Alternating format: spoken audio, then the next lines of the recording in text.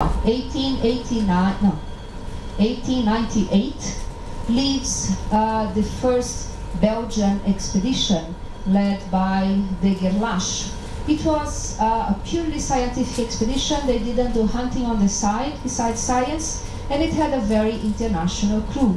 Their main scientist was called Emile Danko. He was Belgian, but they had people from all over Europe. Henry Artowski from Poland made some important fossil discoveries and could prove that there had been forests and animals in Antarctica before it got glaciated. Antoine Dobrovsky from Russia, Emil Rakovica from Romania, Roald Amundsen from Norway. That was Amundsen's first polar expedition. Amundsen was the first man to reach the South Pole. And Frederick Cook was an American doctor. He later became one of the two first men to reach the North Pole. There were two men who claimed to have reached the North Pole in the same year. Frederick Cook was one of them. Peary was the other. They did lots of research, lots of cartography. We got Envers Island, Mont Francais, named after him. De Gerlache also gained his own strait. We're going to spend a lot of time sailing around the Gerlache Strait. It's also a very good place to look for whales. But it seems that he wanted to spend winter in Antarctica. He sailed with the ship Provision for 3 years, and he sailed quite late. He sailed in January. Most excursions leave for Antarctica in November. That's when the ice melts, and then you have, 4 months of poking around to do.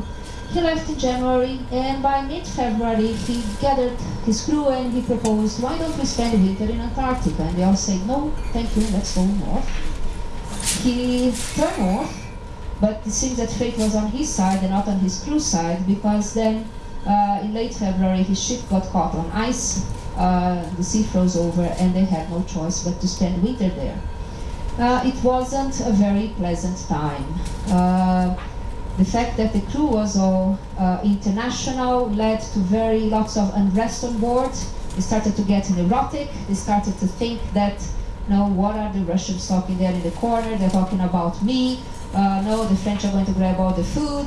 And it was a very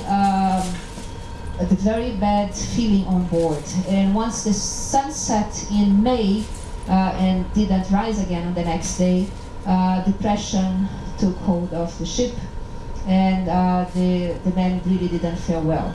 At this point, Cook, the doctor, and Amundsen kind of took the reins of the situation, let's to say, and they started to propose a series of measures to keep the people healthy and sane.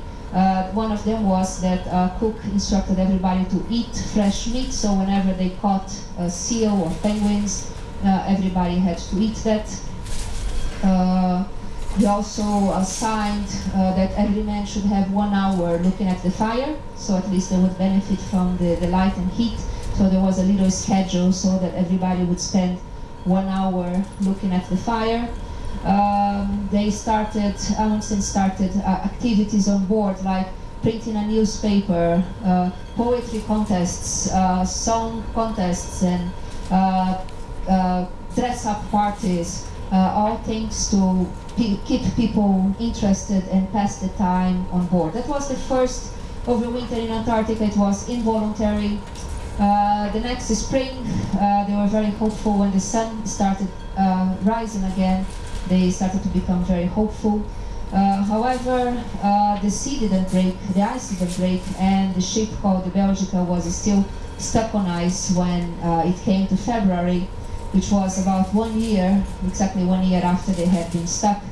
A lead, which is when the ice breaks, appeared close to the ship, and when that lead appeared, the crew was so mad to go home that they just attacked the ice with pickaxes and broke the ice until they managed to free the ship and sail back home.